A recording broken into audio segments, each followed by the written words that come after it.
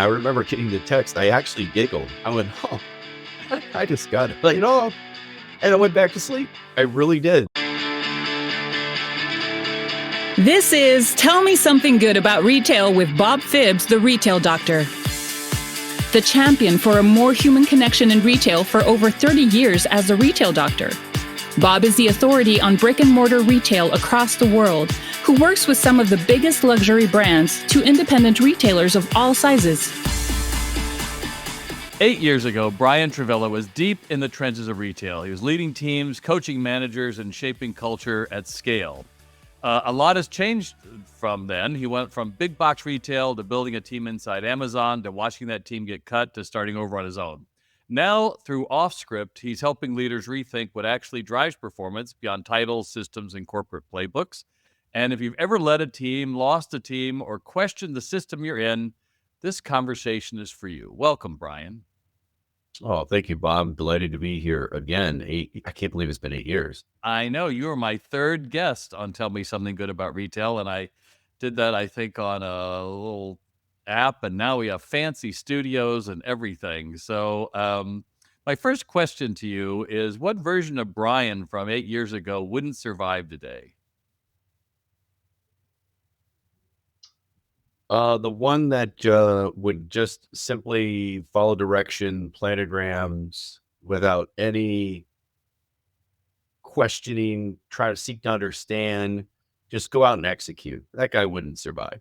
Okay. Well, we're going to get into Amazon and what that exposed about leadership. Now, a little backstory for those of you who have know a little bit about the retail doc. I put myself through college selling shoes, and I would commute from Orange County in south of Los Angeles up to Glendale, and I managed a shoe store for those 2 years. And one day the district manager came and he said, I think you're not living up to potential. We're going to replace you with a new manager. And I said, well, don't have anything to say in it. He goes, no, he's waiting at the store right now.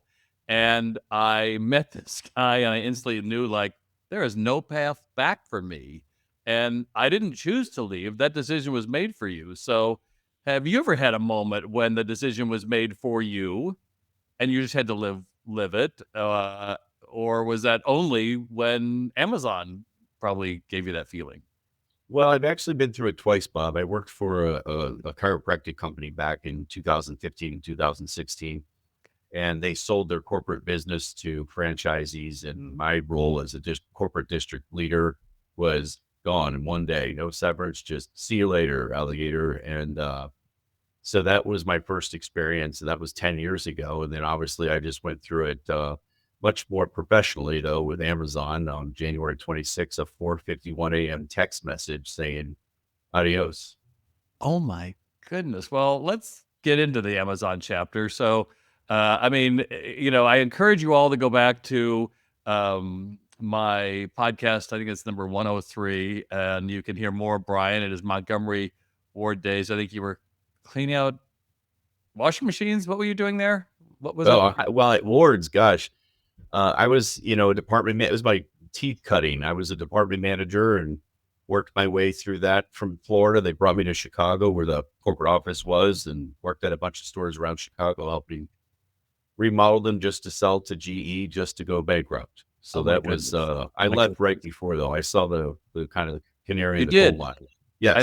I think that's good. So I'm going to ask you to walk me through, you were at Petco and you left them, and I know you were toying with doing Offscript, I think, in some version of it, but this job from the person or the corporation that you were up competing against the most was Petco. So just walk me through the building of, you left what Petco were you doing there, and then when you started Amazon, what did you do differently? Sure.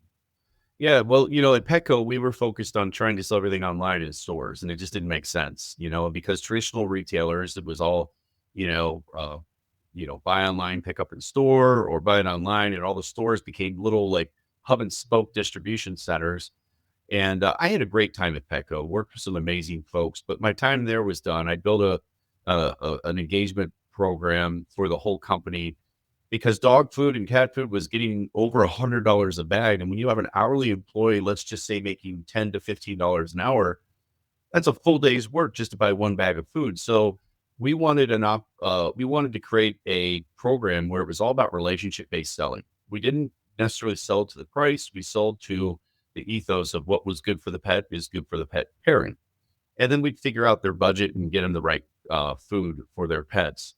Built that program, had a ton of fun, built a team. But like in California, I was traveling to San Diego every week for 2 years, and that just came to Wow. a grinding halt after 2 long years. And I was everything was online. This is the beginning of the pandemic in 2020. Everything's going online. And Bob, you and I share that zeal and zest for basic traditional retail where, we grew up in stores helping customers make buying decisions. But I went over to Amazon as a business coach manager. And basically, my my team and I were responsible for help standing up the small business owners. They're called delivery service partners. These are the folks that employ the Amazon drivers. So if you see an Amazon van, they don't work for Amazon. They work for a small mom and pop company. And my team, we were in a hyper scale then. So I joined at a breakneck speed and was part of the leadership team that built the most successful logistics network known to man right now. I mean, Amazon kind of owns it all, and did that for about 6 years. Had a couple different roles there. Led North American training for our delivery service partners and our business coaches, and I did over 400 interviews. You name it. It was a Oh, wonderful, wonderful experience. But sadly, that came to an end in January of 26, where they laid me off. well, when did you realize that what you built might not last? Because there had to be signs, I would think. As far as my Amazon days, Yeah. no, I mean, the Amazon was really leaning into AI. I mean, everything is AI at Amazon. And so when you're a senior leader, I didn't have like, from a performance standpoint, we were doing great. I knew in my heart, I was shifting away from corporate America after 30 years. And as you said, I've wanted to have my own leadership company for a long time. And you know what? It was a surprise to be laid off, no doubt about it. But it was really my mental paradigm shift that helped me go from, oh my gosh, what are we going to do? Because I did that in 2016. So you're like, wow, okay, I'm going to get a little bit of a severance. Cool. This is going to be seed money to my company. I'm going to go make this work and figure it out day by day. And that's where I'm at. So I think I followed you. Well, I followed you for a long time, but I think I would swear in January you were like assembling the teams, having to fire them. If I'm not, it didn't. Isn't that what I saw on LinkedIn? Like, and you're like having to have meetings and say they built. I mean, what did that feel like? Yeah, thank goodness I wasn't the person that had to make decisions on laying people off. And I'm so glad for that.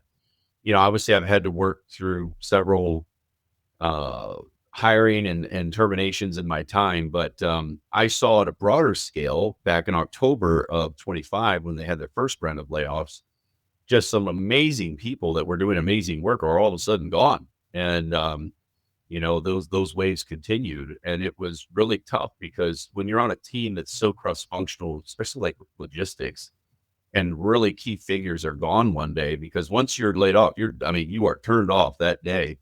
Um, it was tough. And then come January, we had the round that I was affected by, which was about 58,000 people. Or total in the Oh, last 6 months, about 88,000 folks have lost their jobs. so what did you say to your team when that all was going down? I mean, Bob, that was the toughest part because back in October, as their leader, I had to be pragmatic and honest. Hey, I don't know what's coming down the pipeline, but you know what? We're doing our very best work. We're going to focus on our goals. We're going to focus on our responsibilities and see it through. And then here's the toughest part is in January when it happened, I didn't get a chance to say goodbye to my team. It was just, a text message to all of them. And that was the hardest part of leading Amazon is leading my team. Number one.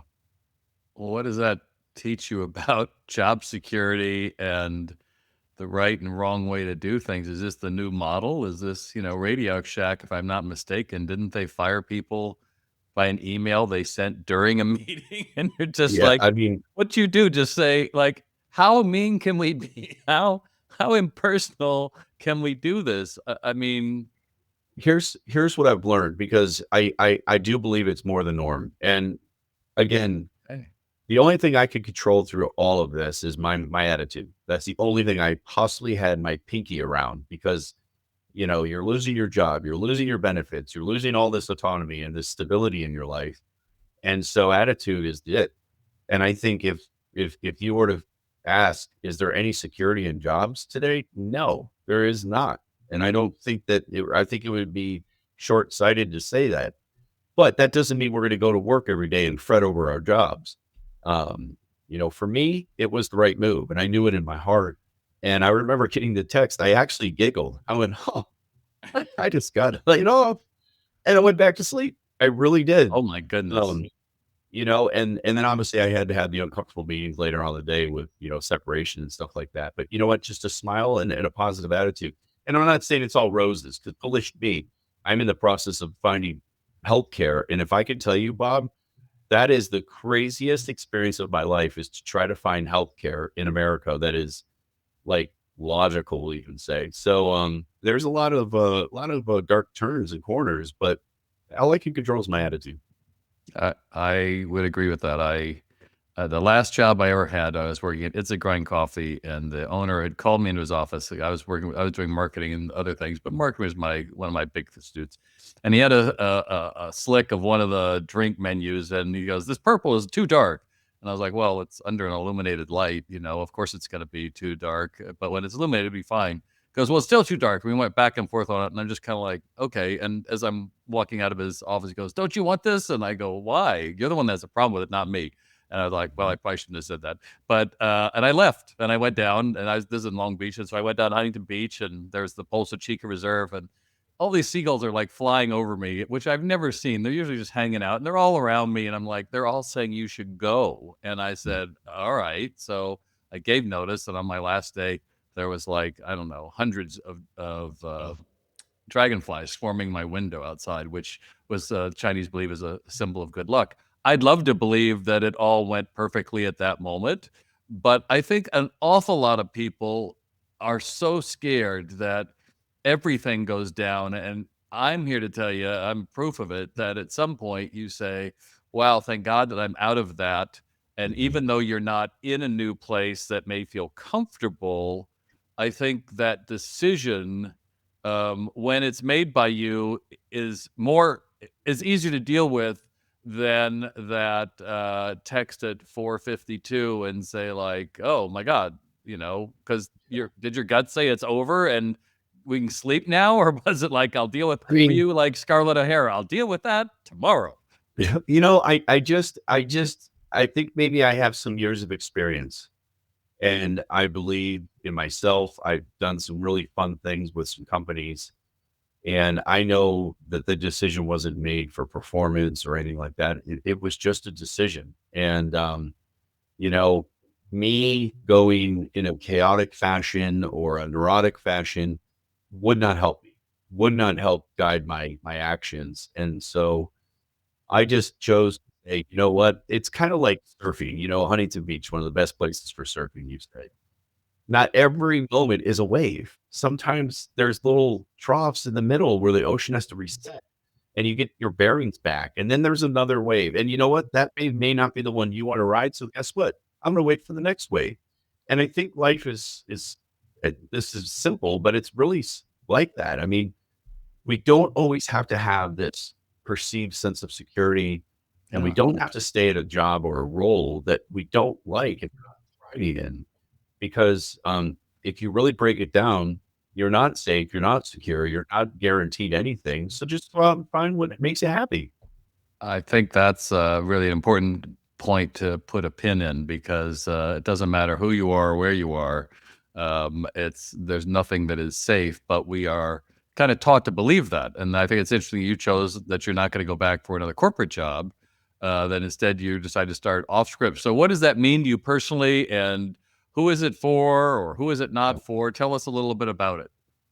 Well, I'll start with personally. It's something that I will say I remember having this conversation with my father. who has sadly long died, but this is in the year 2000. It was actually in 1999, and we were all fretting over 2000. And I said to my dad, he was an executive with sales executive, and he had the life, played golf all the time, just everything you ever Good wanted old to do. days, the Mad Men Yeah, era. you know. Yeah. And I said, Dad, we need to start a coaching company called TNT Coaching, Travilla and Travilla. And he looked at me, he goes, well, you're 23 years old, young man. You can't coach anybody. And I said, okay. So I stayed in retail for another million years. But what off-script coaching means to me is it is the most purest sense of who I am. Anybody that's worked on my team will know this. Even when I'm not around, they'll probably say this. I give everything to my team.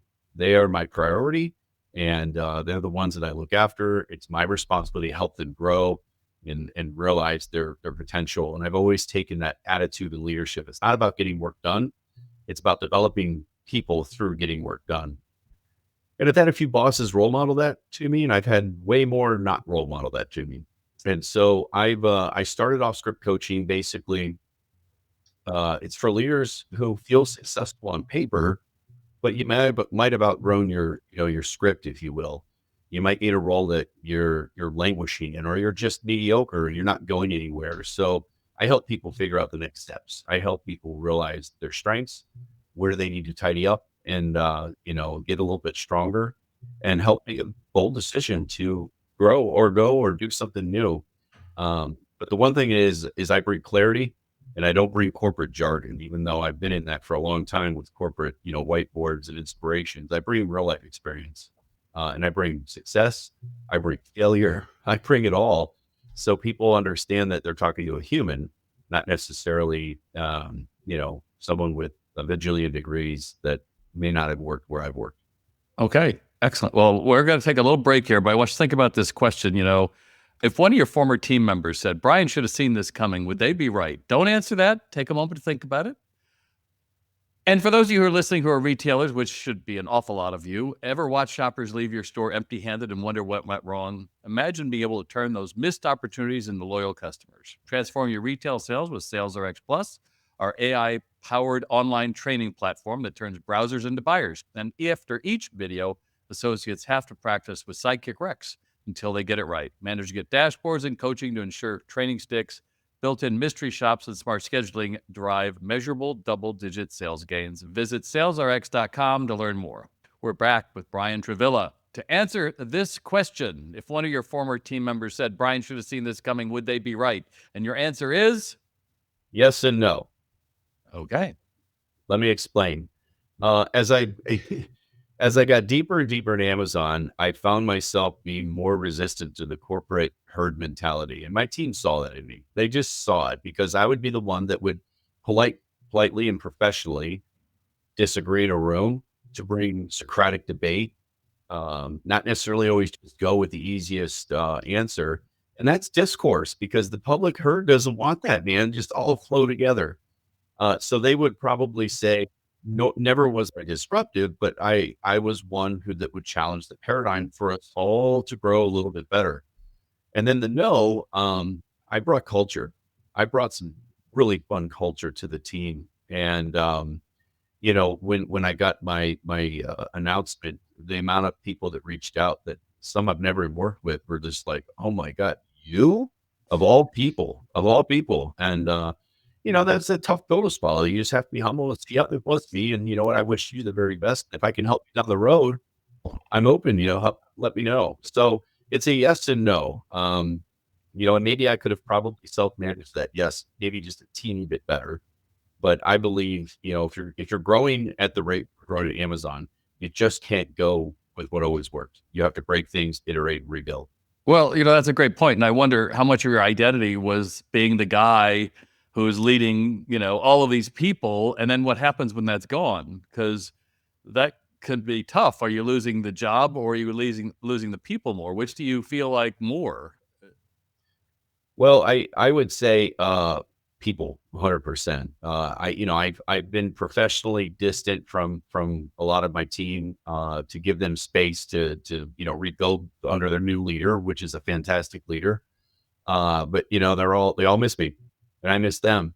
So I think that, losing good people that bring culture and care to an organization, it's hard to replace. It just is because, a lot of folks don't focus on that, Bob. No, I think that's great. You lead right into my next question, which is, think about in retail and people management, what conversation are most store managers avoiding right now that they should be having?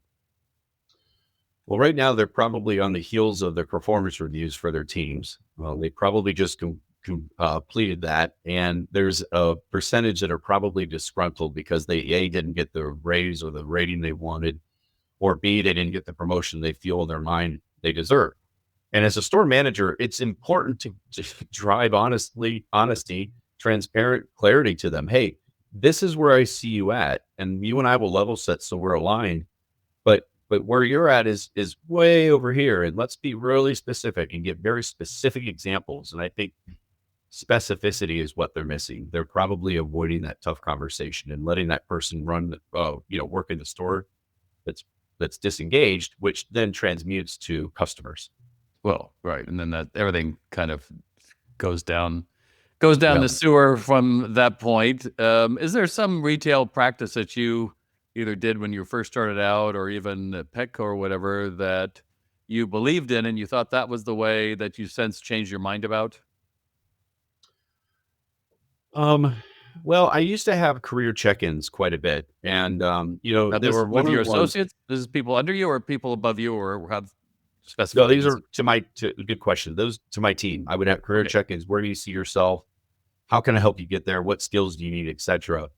And those were successful because they were really rich conversations. But again, getting promoted is on the person. It's not on the manager. And I think sometimes we look at it as more of a management function. Well, I went to Amazon and Amazon 100% it's on you. There will that it is unquestionably you have to figure that out on your own. Wow. So I cooled off those career conversations. While I had them, I didn't have them enough because the culture was that the employee has to figure it all out. Because from a management standpoint, there's not a whole lot I can do within the systems there. That's really interesting. Mhm. Do you think the leaders are shaped more by the moments they choose or moments they don't get to choose? Which do you I think think, would yeah, shape I you think more? that I think there's that always that voice in the back of every leader's head and the things you don't do. And you didn't do them and you should do them, but you don't do them. And I do believe that shapes you. Cool. Well, I know that we both experienced times when we made decisions ourselves. And like most people, if you stay long enough, they make the decision for you and Mhm. experience them both. And neither one feels good, but both, I think, shape us and make us better people all the way. And, after everything you've been through, building teams and losing teams, and now going literally off script, tell me something good about retail that you still believe. Well, I always believe retail will exist. I think we're a little bit still in the schizophrenic phase as to what that looks like because I'm very much happy with less and less just on all online. I like going into a store. I've been going into stores more. I still believe, Bob, that we really got to instill basic 101 because here's my tell when I go to a store.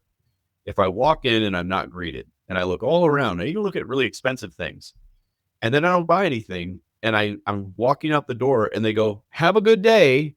That's the only engagement you gave me is to say goodbye. You didn't even like give me 1 second. I was recently at a musical instrument store looking at a very expensive guitar, like 2 feet in front of me.